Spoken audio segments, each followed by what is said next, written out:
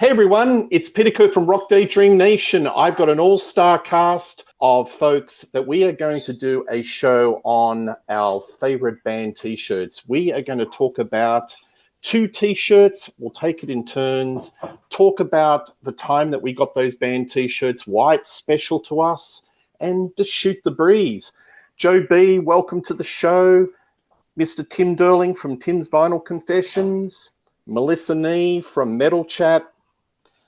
Mike Ladano from Grab a Stack of Rock, and John Clauser from My Music Corner. Hello, everybody. Hello. Greetings. Alrighty. So why don't we start off with you, Joe B. What is your first t-shirt that you'd like to put up? Yeah, I had to be a real stickler on this one because I don't have any t-shirts from back in the day. So, I mean, I'm wearing like this Hot Space shirt, but that's not the original shirt that I have. It's something that I rebought. But this is one of the greatest concerts I've ever been to, so that's why I'm wearing it. But I needed to stick with shirts that I actually have for concerts I actually went to, which was very difficult for me because over time, and especially now that 2 hurricanes hit where I live too, that ruined a lot of things. But should I go with both of them or just one and we go around? One at a time. We'll go around. All right. So I'm going to... curse me if I'm kissing up to Melissa, but I got to go with this soccer jersey. And it wasn't the best Iron Maiden show I went to, but it was the most fun. And the reason I have it is, first, it's a very cool soccer jersey, even though it's West Ham colors. And my son is a Tottenham fan, and he wasn't very pleased with these colors. But it was a great show. So it was the second leg of the Final Frontier tour, and they only did 2 shows in the United States, in Tampa and in Sunrise, Florida. I think that the stadium was built by then, where the Panthers play. Now, Melissa, were you at that show? No, Okay. So 'cause I was up here. okay. Yeah. So I went, and we saw Ed Force One parked at TPA Airport. And it was so cool. We met Nico at the Hooters on Channelside, which they tore down. It's all redone now, but it was so cool. And what blew my mind was everyone. There were people from South America, Mexico, Europe. I mean, all over Canada, all over North America, South America, England, just to see these 2 American shows. And it was such a melting pot of Iron Maiden fans. It was awesome. I absolutely loved it, and it was a blast. It was a great show. I actually love the Final Frontier album. I don't know if that's a popular opinion or not, but I think the first 3-4 songs on it are just awesome, killer, no pun intended. But yeah, I got to go with this one because I still have it, and I actually bought this at the show, and it's the West Ham. That's Steve Harris's team, West Ham colors, and it's a Final Frontier soccer jersey. Oh, what a cracking start to the show, Joe. And I suspect you may see a few more Iron Maiden t-shirts pop up on this show. And one more thing I've got to say is that from a merch perspective, Iron Maiden are still king of the pile. They just pull out no stops with their t-shirts. So, yeah, well done. Great start. Mr. Tim Derling, what have you got as your first t-shirt? Well, this is one of Peter's favorites, I know. No. The band that got me into music in a more serious manner than just listening to songs off the radio was a band that put out a little album called Slippery When Wet back in 1986. That's what got me hooked on hard rock music, on reading liner notes, and just wanting to know more and more about the music. So it follows, it worked out so well that the first concert I ended up seeing in February of 1993 was Bon Jovi on the Keep the Faith tour. Now, this is the shirt I bought at the show. My daughter repurposed it for me on a canvas because, you know, old concert shirts get a little threadbare. Like you could spread it over a newspaper and read the newspaper through it, so you probably shouldn't wear it. So we met John Bon Jovi in the mall in Portland, Maine. That's where we saw the show. Got his autograph. He's just a short little guy. And it was mind-blowing. I never seen a live show before, and it was to have one of my favorite bands. Opening act was the late Jeff Healey. That was a great show. And yeah, great memories of that. I wish cell phones and internet had been a thing back then, but it wasn't. But yeah, this is the shirt I bought at that very show. I think it had tour dates on the back of it, but now it's wall art. So that's my first one. That's a great idea, Tim. And I've got a lot of Fredbear t-shirts, so yeah, well done. They make for I like great, that. yeah. I Just go to like your it. craft store, buy some canvas. Absolutely. Great one. All right. Mel, what's your first t-shirt pick? All right. So I don't have anything from back in the day because my mom had a garage sale. But anyway, I do have a ton of shirts. I could have just like pulled out my closet, take you guys into my closet, and we could have just gone through every shirt I own. But this shirt is, let me make sure I get the front. I don't know if you can see it. It's Hell's Heroes 4. It's a festival. It's a festival in Houston, Texas, and this was the fourth one. There were 3 before that I did not go to. I have since been to 5 and 6, and I will be at 7 in March. And the reason why I picked this shirt, now I'll read off everybody that was there because I had to look this up because I have a bad memory because this was 22. It was Candlemass, Dark Angel, Riot 5, Sirith Uncle, Eternal Champion, Satan, Whiplash, Slow Feg, Medieval Steel, Enforcer, Night Demon, High Spirits, Haunt, Summerlands, Traveler, Screamer, Savage Master, Bewitcher, Smolder, Night Cobra, Solicitor, Legendary, Bloodstar, Lady Beast, Warcloud. So it was amazing, amazing. But the thing that makes this so memorable is it's 22. It's really when we were really getting out of the whole COVID thing. 21, there was a couple of shows here and there, but this was the first big show, big trip. And the thing that made this show so memorable was I got to meet a lot of people that I had Zoomed with for the last two or 3 years that I knew from Metal Twitter, including my friend Fergal from Feckin' Metal and his girlfriend Elaine and my friend George Solano from Judas Priestcast and a bunch of other stuff. And they have become actual real life friends of mine that I see on a regular basis. I was joking with Fergal, who lives in Dublin, and I was saying how I text him more than I text people who live in my town. We've become really, really good friends. The same thing with George. George and I go to this festival every year. He calls it Heavy Metal Spring Break.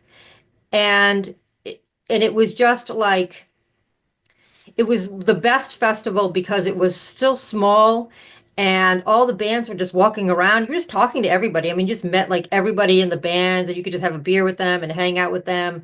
Everybody was so chill and so friendly. Nobody acted stupid. There were all different walks of life there, people of all different creeds and colors and sizes and sexual orientations and just all different kinds of people there. And everybody got along and everybody had a great time. And it was just an atmosphere of just love and metal. And it was it was just a great experience. It was so great that I just keep doing it. Good stuff. And, I love those festival metal t-shirts. And you're actually supporting the bands by buying it because it's an income stream. And a lot of Absolutely. these bands do not get income from CDs or downloads or whatnot. It's t-shirts. That's their main source of income. And these are all So, little bands. These, for the yeah, most part, these are all smaller bands. And absolutely. they're So all selling their stuff. You're at the, I mean, that's how you're meeting these guys at the, it's, Jarvis Leatherby is selling his own stuff at the Night Raider, Night Demon, yeah, yeah, merch table, and yeah. Trevor's there at the haunt table. And so there's plenty of, interaction with everybody, which is always a lot of fun. Yeah, it's a great conversation starter. But yeah, I love those festival t-shirts. No, great first pick. Thank you, Mel. Mr. Lodano, what is your first t-shirt that you'd like to show and tell? Well, not a long story here, but it does involve a Rock Daydream Nation cast member. So the first shirt I'd like to show off is this one right here. It's my Iron Maiden Soundhouse tape shirt that was a gift from Rock Daydream Nation's Harrison Kopp. I first made contact with the young Australian back in, I would say, 2016, 2017.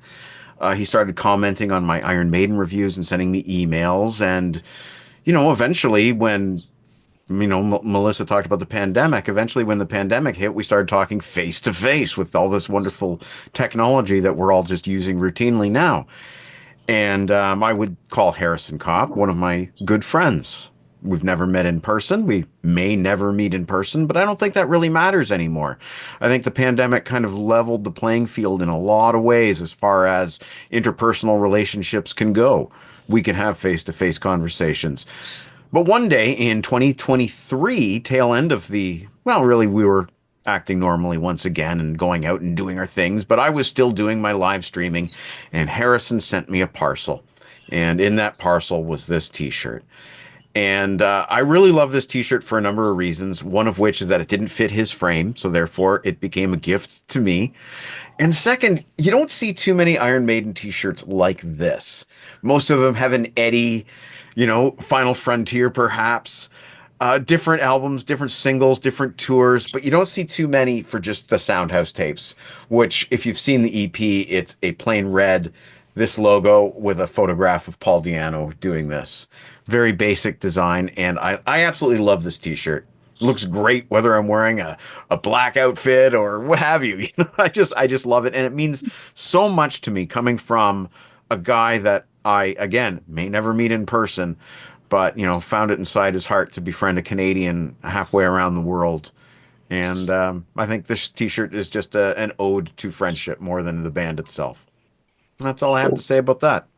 Well said. And that's the whole purpose of this show, what T-shirts that are special to us. And I really appreciate you sharing with that. One thing about Iron Maiden, Motorhead, doesn't matter where you're traveling in the world. You may be in a country where they don't speak English, but I'm sure that you'll come across somebody and they'll go, oh, Iron Maiden. It's sort of the language, isn't it? It's just, transgresses. John, what have you got as your first pick? Well, I could have gone with my Iron Maiden Power Slave shirt, but I thought, nah, I've told that story enough. So, and I don't want to poke fun of my Norwegian buddy Paul, who's seen the band over 180 times, but didn't see that tour. Sorry, love you, Paul. No, my first one, it's actually going to be this one. That's impressive. With that on the back there. Now, what's so special about this one, you may ask? Oh, there's this little date here. Jim Thorpe, Pennsylvania. 4 words. John the Music Nut. It's the first time that he and I got to meet in person after doing a year or more of shows. Well, a year or so just doing shows together, but and then however long we've been doing channel stuff before that. It worked out great for me because I grew up about an hour away from Jim Thorpe. So, my mom lives up that way. So I was like, I think I need to plan a trip home, and I think I need to go see Uriah Heep in Saxon because he said something to me about it, and he goes up to that venue a lot for shows. And I was like, yeah, I think I need to plan a trip here. So so first time we got to meet and in person. We'd been to 2 shows before. We just didn't know we were at that show together. We saw Motley Crue in 1985 and we saw Ozzy in 1995, but we didn't know we were in the same venue. But it was really, and I not only got to meet John, who was just an awesome co-captain for nearly 2 years, but I also got to meet Nick Esquire. There's a name we don't, we all know and love. So he came up for that show too. So it was a good night to hang out with friends. Nick left a little earlier than we did. John and I were out talking in the parking lot till almost 1 o'clock in the morning, I think. So it just was great just to, meet in person, hang out, and enjoy a couple of amazing bands live that I'd never gotten to see either one of them before. So that was a first for me, and there you go. Yeah, wonderful. And from the band perspective, who was your pick out of the bands? Saxon, Uriah Heep? Golly, they were both on fire that night. Yeah. Gosh, I probably Saxon only because I knew more of their catalog. Yeah, sure. But Uriah Heep was on fire that night too. Yeah. They both sounded great. Yeah. So That's a really solid pairing, and I'd love both those bands to come down under. So Mick Box, Biff, yeah, pull your finger out, come to Australia. oh yeah. All right, that's a good start. As everyone knows on this channel, I am an absolute Deep Purple Whitesnake tragic, and I was going through a phase of getting onto eBay and getting into bidding wars with collectors and all that sort of stuff.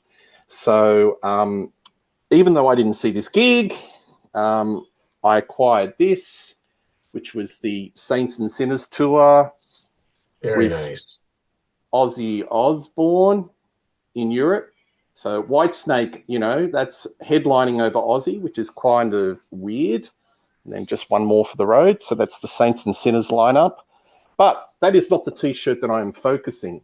This is a Marty McFly. I'd like to get in the DeLorean and go back in time to Castle Donington, 1983, with the Monsters of Rock. And you have the lineup of Whitesnake, Meatloaf, Poor Twisted Sister, Dio, and a Diamond Head.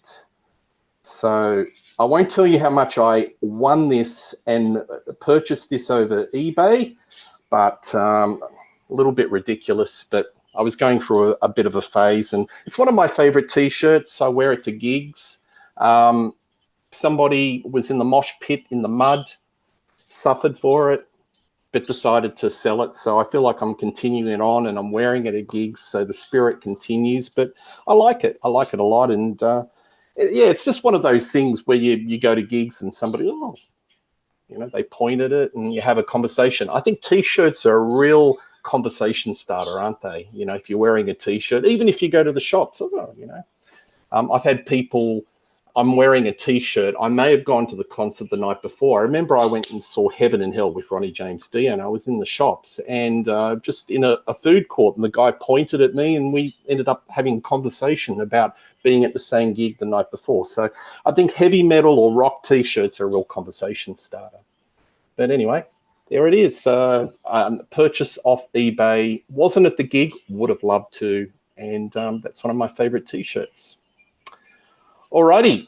So Joe B, what's your next pick? Okay, so since 2000s, I always liked Tool, but from 2007, 2008, and then really like 2015 on, I am like a Tool fanatic. So since 2017, I've seen them 5 times. I chose this T-shirt because they have a specific T-shirt for every show, and you got to really get there early or be lucky to get it. This was January 29th, 2020, right before COVID, Bridgestone Arena in Nashville. And I had seats right up on the floor.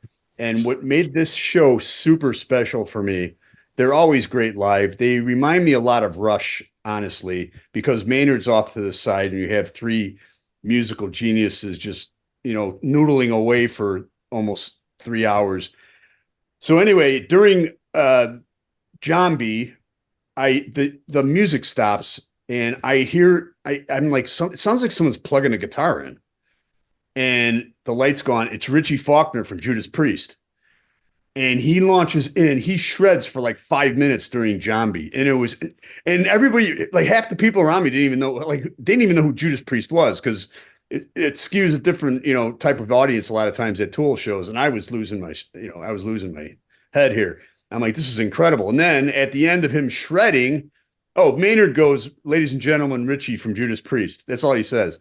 And then he just shreds. At the end of the shredding, then there's that wah-wah solo on John B. And he played it with Adam flawlessly. It was so cool. And then he just walked off the stage, and it was a great show after that. But yeah, that extra special Tool show for me with Richie Faulkner showing up, because he lives in Nashville, and that's the Nashville specific show from January 20th. So that is my other pick. They have great t-shirts every show, and I don't know how they come up with this outstanding artwork for that's unique to every show, but it's great. And their t-shirts are awesome, but that show is extra special for me. Fantastic. Thanks, Joe. If you dig far enough into Adam Jones' Instagram back in the 2020, there's a ton of pictures with him and Richie backstage. So, oh, cool. All right, thank you. Tim, what's your number 2 pick? So this one's very special to me because we're talking about a musician that's no longer with us, so there will be no more tours to see. So this is the one time I got to see the man himself, King Edward Van Halen. The one time Van Halen came anywhere close to me was on the Balance Tour in 1995. They played at Old Orchard Beach in Maine, which wasn't a long drive, 4 or 5 hours maybe. And I bought this. This was originally a t-shirt, the pictures from the inside of the Balance shirt. I also bought a tour book. And, of course, after Eddie died, same thing with Neil Peart. I saw Rush once. I didn't get a shirt there. That's another story. But I remember thinking, boy, I wish I'd seen Van Halen and Rush more than just once. But then I got thinking, hey, I got to see them once. So, this was, very fond memories of this show. Me and 5 other buddies went, so it was a lot of fun. Yeah, nice. Thank you. Mel. All right. So I'm not pandering, but I do have to show this. This is my Iron Maiden shirt from the Australian tour that I just went to this fall, or late summer, early fall. And Peter knows what I'm going to say, because this was a trip of a lifetime for me. I waited a very long time, more than 50 years to go to Australia in general, and to pair it with my favorite band, and then to have so many friends in Australia and some friends from outside of Australia that flew down as well. It was just absolutely incredible. And I got to meet Peter, and I got to hang out with Peter, and have some dim sum with Peter. And we went to British Lion together, and we were at this show together, but we actually didn't see each other because we were in different spots, and it's a big arena. But it was just everything that I had imagined it would be, everything I had hoped it would be. One of the other exciting things that happened on this tour is that one of the shows I was first to the barrier, which is something I kind of avoided to do because I like to drink beer. But I forego the beer, and it was myself and my 5 friends in a row in the front of the stage. It doesn't get any better than that. So for me, and I've been to many an Iron Maiden show all over the world, and they're all special in their own way. But this is just capped off a trip of a lifetime for me. Fantastic. And it was really great catching up. And that was a gas catching British Lion, and and seeing you in Sydney. Fantastic. IRL, as they like to say, right? In person. Yeah, absolutely. No, it's like we're all part of a community on this show, like the Contrarians, and it's always fun when you like where I live a long way away from the rest of these folks, and it's always a gas to meet up with people. I think I've seen Andy Blacksugar, who's been on the Contrarians and plays with Blondie. I bumped into him, and Steve Deluxe, met him, and he's not part of the Contrarians, but he's been on some shows. So it's always fun catching up with different folks that we see on different shows. Absolutely. All right, Mr. Lodano, what's your next pick? Well, this is kind of an interesting story. I don't have the shirt with me. I do still have the shirt. It's in a storage container that I can't access right now, but I'm hoping that Peter might be able to find some photos and put them up on the screen. But if you Google Judas Priest Rock Hard Ride Free t-shirt, you will find it. I have some really crappy printouts, but this goes back to the year 1985. And I was in the 8th grade, which means that high school was starting the following year. I just had one more year of this grade school hell to get through before I had the freedom of high school starting afresh. I showed up Catholic high school, or Catholic school before I moved on to a public school. And that's an important part of the story because I showed up wearing a Judas Priest t-shirt on the first day of 8th grade. This was a really nice t-shirt. It had Rob, KK, and Glenn on the front cover. You can see Metal Nicky in the back, and you can barely see where it says Rock Hard, Ride Free. And some might say, well, this is your own fault for showing up and wearing this shirt to a Catholic school. You should know better. But, you come back from summer holidays and you want to be cool. You're desperate to be cool. You want to show that you've reinvented yourself somehow. So I'm wearing a Judas Priest shirt. And what does the teacher do?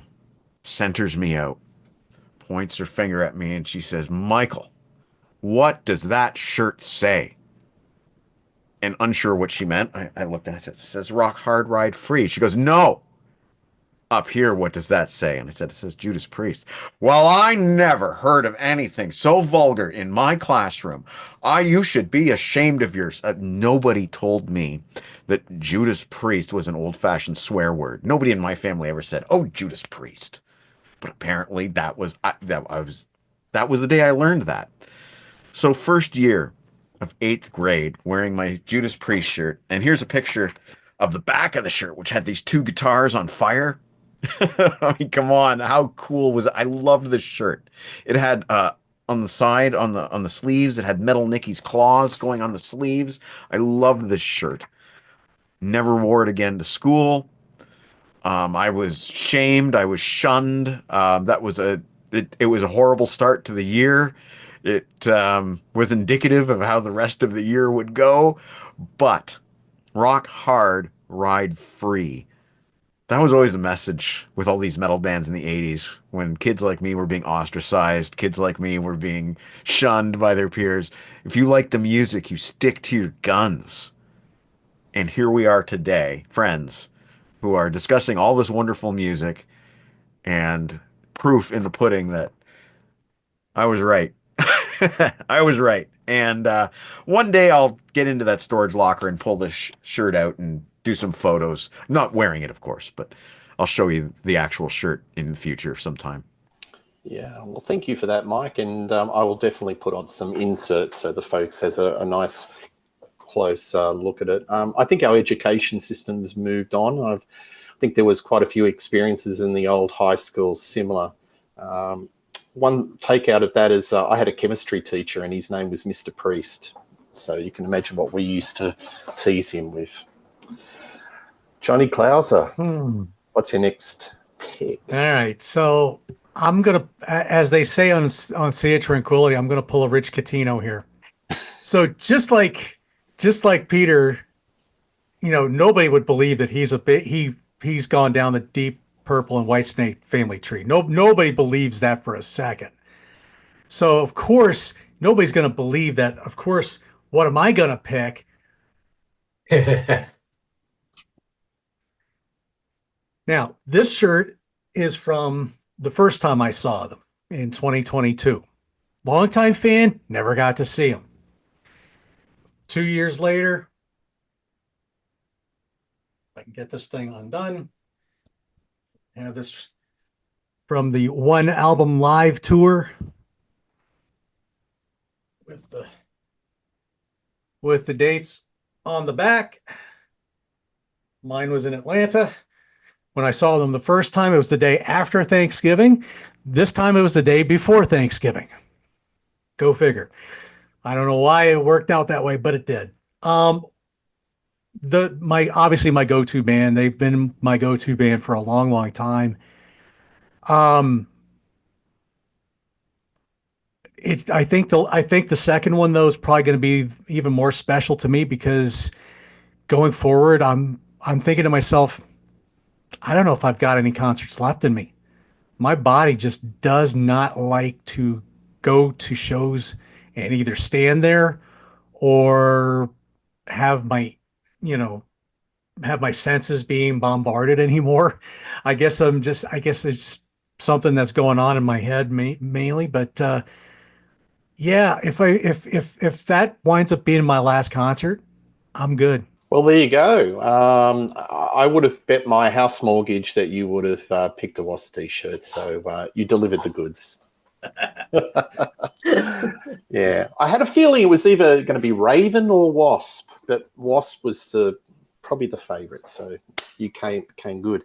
I'm just going to keep on going down the Deep Purple rabbit hole because that's who I am, being tragic. Richie Blackmore put together Rainbow. It wasn't really Rainbow, it was really Richie Blackmore and Blackmore's Night. And they did a show at the O2 in England, the O2 Theatre or Arena. And it was a good excuse to get my wife and kid to go to England and do a little bit of a trip. So there it was, the Richie concert, Blackmore, Memories in Rock. And it was June 2017, London O2 Arena, Manchester, Glasgow, and Birmingham, playing the hits of Rainbow and Deep Purple. Was it a great concert? Probably not. Richie's not the same guitarist. He still had that wonderful tone, but you could see he's slowing down. He's got arthritis. But when he was doing the acoustic bits, beautiful. There were enough highlights that I could still take with me, but hey, I saw Richie at O2 and shared it with 10,000 other fans of all different ages. So that's something I can take. But I would have loved to have seen Richie in his, Rainbow 1976, but that's not to be. So you've just got to settle for what you settle. And a quick shout out, it was Andy Scott Sweet, the 70s glam band. They were the support and they put a really good set too. They were rollicking. So that's all in all, that was a good night. And I think that was our last night in London before we flew back to Australia. So there you go. All righty. I've got a few more honourable mentions, but I will wait to other folks on this call to show and tell. Joe, do you have any other show and tells? I have a ton of T-shirts, but like I said, none of them are original. That's all right. But I Put did, it up. Put it here, up. Yeah. well, you'll appreciate this one. It's when I saw Jack White in Austin, Texas. Great show. Yep. Interesting thing about that show is Tool's strict about the no cell phones. He's super strict. I don't know if they did that in the last time you saw him. Did they have to take your phone and put it in a case? No. Oh yeah, No. yeah, and you had to go and get it unlocked if you wanted to take a call and go in a special area when I saw him. But as we know with our previous episodes, huge fan of old Aerosmith. I've had this for years. Oh, cool. Love that. Oh, That's awesome. Put that up. Put that up close. Line. I think it's their best album cover. Not their best album, but yeah. And I drew this on my I remember I stenciled this in class. I went to Catholic school as well. I was smacked around quite a bit in my lifetime. So I'm wearing this T-shirt. So the two best concerts I probably ever gone to was Queen on the Hot Space tours. The only time I saw Queen with Freddie. Terrible album, great tour. Billy Squier opened up. They just blew my mind. Freddie, the whole band. I mean, obviously it's Queen. So I have this. It's not the original one, but it's a great shirt because it reminds me. And then I have my other favorite concert of all time was Kiss Creatures of the Night. And we went to see them in Dubuque. Now, this is not an original, unfortunately, but I did have a T-shirt like this. And remember, they used to sell them in the parking lot too, bootleg shirts for like $5. But yeah, so we drove from University of Iowa 2 hours in rain and snow and ice to Dubuque, Iowa. I don't even know if there were 2,000 fans there, but what a show. And the Plasmatics opened up. And as everyone knows, I'm a huge Plasmatics fan. That's hands down the best concert I've ever been to. My final favorite one is I saw only one time, unfortunately, I saw this band open up for Black Sabbath. And this is the Planet Caravan Pantera shirt. I love this shirt. And they blew my mind. That probably is my third favorite concert. It was Sabbath on the reunion tour. I finally got to see him with Ozzy. Tony Iommi was right by us. It was so friggin' cool. And Pantera opened up and they blew us away as well. So that's what I got I have tons of other ones, but those are my top favorites. Well, we might do a part two. We may do a Excellent. part two. Just a question, and maybe to Joe and Mel, because you go to a lot of gigs. Do you find that the standard of band T-shirts or merch is getting better, or it's not as good as it used to be? I was think it's thinking- much better. It's It's a lot more expensive. Yeah, I'll it's tell more you that. expensive, It's but a I think lot it's- more I think it's expensive. better. I mean, I don't know. There weren't a lot of a selection back in the day, Right. and you wound up buying crappy ones in the parking lot, which were bootleg shirts, and they would, the collar would be ripped off the first time you wore them. So yeah, I mean, the merch has been is a lot better, but wow, is it expensive? I think the merch is a lot better because, like we were just talking about, people aren't making money on albums like they used to. So the merch isn't secondary anymore. It's in some cases it's first, right? It's where they're making most of their money, as opposed to back in the day, it was just a memorabilia, right? It was just, a token that you went to the show because they already made the money off the album. So now it's the other way around. So I think that they have to step up their game in order to, in order to charge what they charge. Another thing that is interesting is the poster phenomenon. Whether it be Paul McCartney, Tool, Jack White, all these bands come out with posters, and man, they go like that. You got to Yeah. get there like Maiden, yeah, 4 hours. dude, Yeah, gone. yeah. So the posters, the Jack White show I went to, I actually went on eBay to get that poster. And Paul McCartney, when I went to see him a few years ago in Orlando, the posters were gone by the time they opened the gates. I mean, everybody just flocked to get the posters. So that's huge too now. Yeah, John, you go to a few shows. What's your observation? Is good now as it was back in the day? I don't go to as many, but the thing I was thinking is I think the technology to print the t-shirts up has gotten better. Just like everything else in the world, I think your technology's just gotten better to print the t-shirts. So, and the quality of the shirt is a heck of a lot better than, if I had pulled out my Power Slave t-shirt compared to what these are, I mean, good Lord, you're right. You could probably read, well, of course it's a black t-shirt, but I mean, they're so thin. But yeah, I really think that the technology of machines have just gotten better to print the t-shirts. Yeah. Tim and Mike, any other observations from your? So expensive. Like the merch is so expensive. Yeah. But one thing that I miss, because I mean, I don't get to a lot of shows and there tend to be smaller ones. I miss tour books.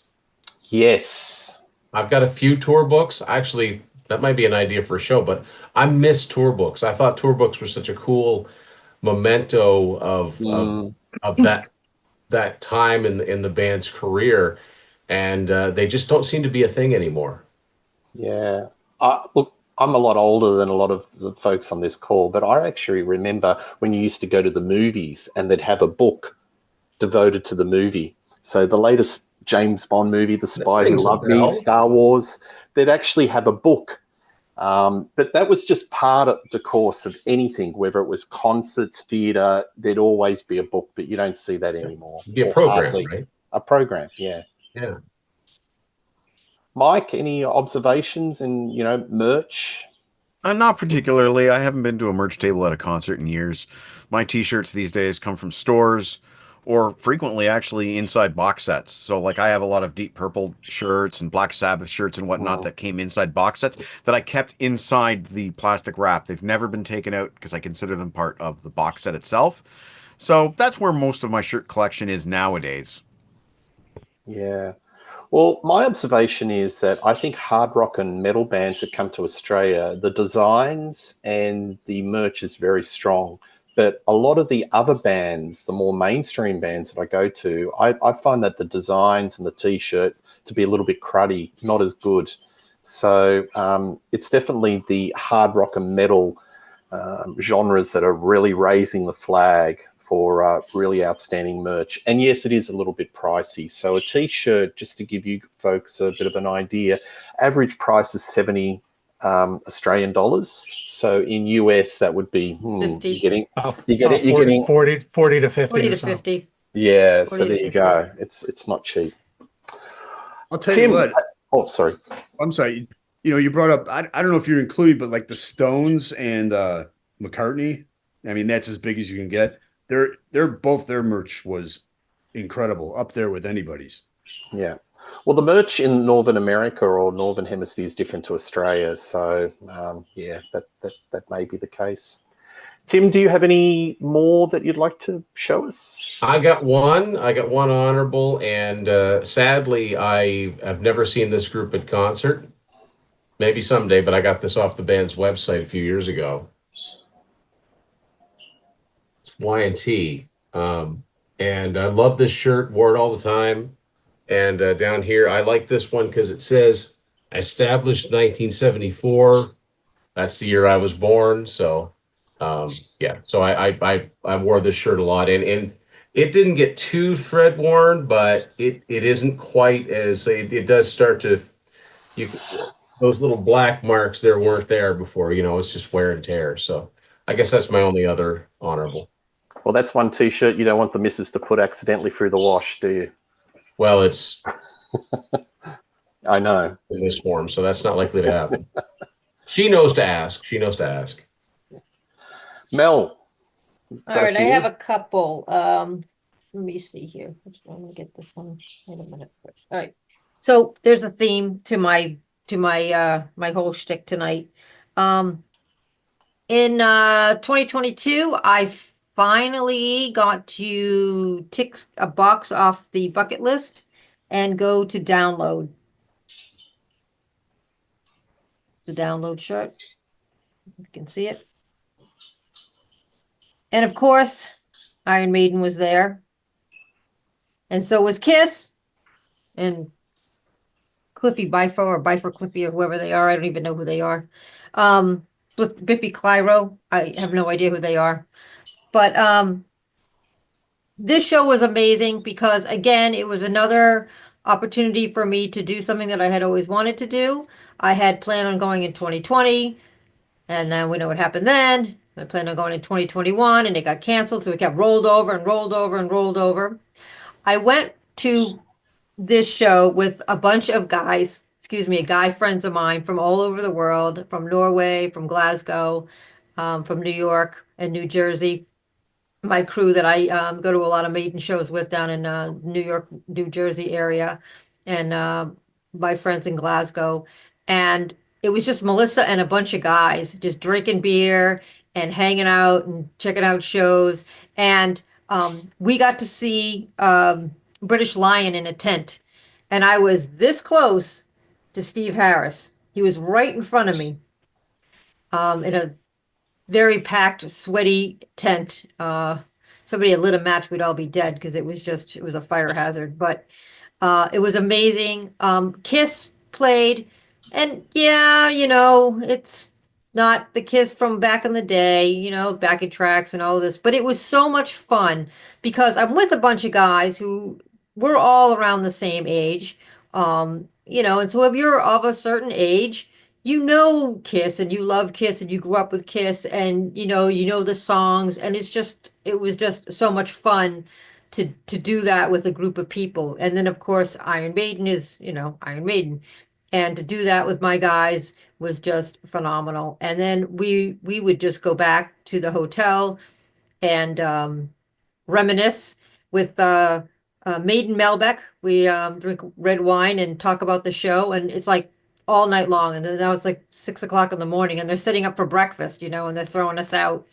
And it was just like the most amazing, again, just an amazing weekend of just friends and metal and meeting people and just being with like-minded people, which is just it is just so fun. And then the next one I have, oddly enough, is also 2022, and it's kind of the same theme. It is Night Demon. Night Demon did a 2-night show, kind of like a Metallica does, where they don't play the same song 2 nights in a row, in Cleveland, Ohio, which is kind of their second home and has become my second home. And I went out to this show. It was a 40th anniversary for the Metal on Metal show with Bill Peters. And he's a guy who has become a friend of mine. I have done that show a couple of times. Guest DJ'd on that show. I've been to Cleveland a number of times. Matter of fact, I'll be there in 2 weeks. And I just made friends. Everybody was so friendly and so nice. It's such a great community out there. And like I said, I love it out there, and I can't wait to go back in 2 weeks. And I got to hang out with the guys from Night Demon at this show, and the guys from Lady Beast, Deb Levine and I hung out, and Olathe, who's a band I'm going to go see in the next couple of weeks. Got to meet a bunch of people, and good friends, of mine that I have now that are actual real friends of mine. So that was just an amazing experience. And what I noticed in everybody's conversation is that there is a theme about the friendship that you make in the rock and metal community, and that we've made in the podcasting, YouTubing community. And I also went to Catholic school. um, and just, the camaraderie and the acceptance, and, maybe we were ostracized and maybe still are ostracized in some degree in society or in our families or whatever, but we're a community amongst ourselves, and we're here for each other, to support each other, and to and to just enjoy each other's company, and enjoy each other's geekiness, if you will. So I mean, I just love it. Couldn't have said it better myself. Some things just never leave. It's great. Mike or John, you may not have brought any additional merch, but maybe there's a T-shirt you might want to talk about, or in the day, then I can find it and put a caption up that you want to share with us. I have 4 that were runners up that I can list. I was always looking for unique shirts when I was a kid because, you show up for school, everybody's wearing a Motley Crue shirt. You knew that Motley Crue played Toronto the night before. Same with AC/DC, same with Poison. I was always looking for the shirts that nobody else had. So in 1989, out came a CD called Make a Difference Foundation. And you could order a T-shirt for the Moscow Music Peace Festival, which featured Bon Jovi, Ozzy Osbourne, Motley Crue, Scorpions, Cinderella, and Gorky Park. And 2 other Russian bands that opened the show that I can't recall the names, but their names were on the back of the shirt. So I'd be wearing this shirt to school, and people were like, "Who's that band?" And I'm like, I actually don't know. So that was the first one. Nobody else at school had that. And then in 1990-91, I ordered a Led Zeppelin Crop Circles shirt because I loved the box set. So I was the only one that had the Led Zeppelin Crop Circles shirt, which unfortunately was too small, and I could only wear it for a short period of time before I outgrew it. I had a John Bon Jovi Blaze of Glory t-shirt. Nobody else had a John Bon Jovi shirt. Everybody else had Bon Jovi shirts, but I loved Blaze of Glory. So I wore that shirt with pride until, about 6 months later when Kurt Cobain made it obsolete. And then lastly, the last shirt I want to mention, which I don't think we'll be able to find, came from Bournemouth, England. I was brought over by a friend of mine named Sarge, who is no longer with us. He died during the pandemic. And he brought this shirt for me. It was a Motorhead shirt. It had the what do you call the guy with the horns? What do you call that guy? It had him on the cover. Yeah, it had that on it. It was sort of a yellow white. It had the Motorhead logo in white. I can't remember too much about it. It had dates on the back, but I've looked and looked and I can't find pictures of that shirt anywhere. But just because he brought that for me all the way from England, that meant a lot to me. And I wore it until it was basically, as Tim said, threadbare. You could read a newspaper through it. But those were my 4 shirts that, if I still had them today, I'd definitely show off because they were unique and they were special to me. Oh, thank you. Thanks, Mike. And maybe you and we can knock heads and see if we can track it down before the show goes to air. You never know. We'll see what we can come up with. JC. Well, I do actually have one that I can show. That's awesome. 2013. Yes. 2013. Yes. 2013, the 3-album tour. This is when they did Close to the Edge, Going for the One, and the Yes album, and then they did Roundabout as a encore. So the cool thing about this was my wife was off work that day, So she was the one that actually managed to get tickets. And I don't know how she managed to pull this off, but somehow she got us, she got the both of us because she actually went with me, that's a sign that Jesus is coming. That she got us front row seats. And I'm just like, oh my gosh, you're kidding me. How did you pull that off? So we literally were like, as Mel was saying from when she was saying how close she was to Steve Harris, well, we were pretty close to Chris Squire, and we were about eye level with his waist pretty well. And I'll let you imagine from there. But the fact that I got to basically see the drama lineup sans sans Trevor Horn. You got John Davison, who I thought did just as good a job as anybody. And I love the drama album, although I didn't get to hear or see anything of the drama album at that tour. It was I Close to the Edge is a beautiful album. I've always loved Close to the Edge. Going for the One, just man, really great album, so well done. And of course, the Yes album with so many classics on that. I mean, yeah, that was a night I'll definitely never forget. But yeah, because like 2 years later, we lost Chris Squire, and then what? Few years later, we lost Alan White. Alan White, So, yeah, so I got to see four-fifths of a band lineup that I was probably like the most in tune with. Yeah, great story. And, some of these classic rock bands, you just don't realize how lucky you are to see them at a particular time, because within a couple of years, they age. I mean, another one I could mention, I didn't pull it, but I have a Steely Dan t-shirt from 2016. And that was, I got to see them. And then within like what, 6 months to a year, Walter Becker was gone. Yep. Absolutely. Oh, thanks for sharing that. All right, I've just got a couple of just T-shirts just to wrap it up. Alice Cooper, he's always good for a T-shirt, isn't he? So there you go. That's one of his.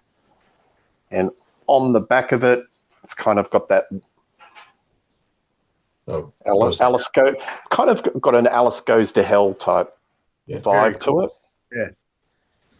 And this is a little bit of a funny story. So on my honeymoon with my wife, we went to Jones Beach in New York to see British Steel, Judas Priest, do the anniversary. I think it might have been 40 years, 50 years or whatever it was, and supported by Whitesnake. So my wife got this T-shirt, which is pretty cool. And there's all the North American tours, 2009, Jones Beach. And unfortunately, she had the world's tallest man in front of her. He must have been 7'11". So can you imagine, we go all around the world to Jones Beach, New York, to see Judas Priest and Whitesnake, and the world's tallest man is in front of my wife. That's concerts for you. Yep. I've been accused of that at many a concert. I'm not that tall, but yeah. What can you do? Joe B, good to have you on the show. Check out Wasting Time with...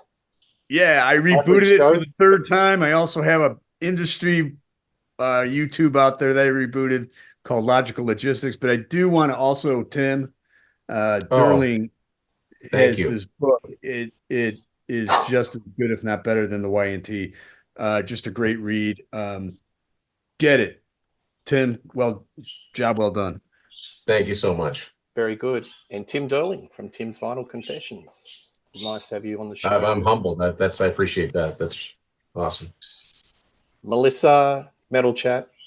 Nice to have you on the show. Michael Adano from Grab a Stack of Rock got the wonderful Iron Maiden series. We'll put a link below. Check it out.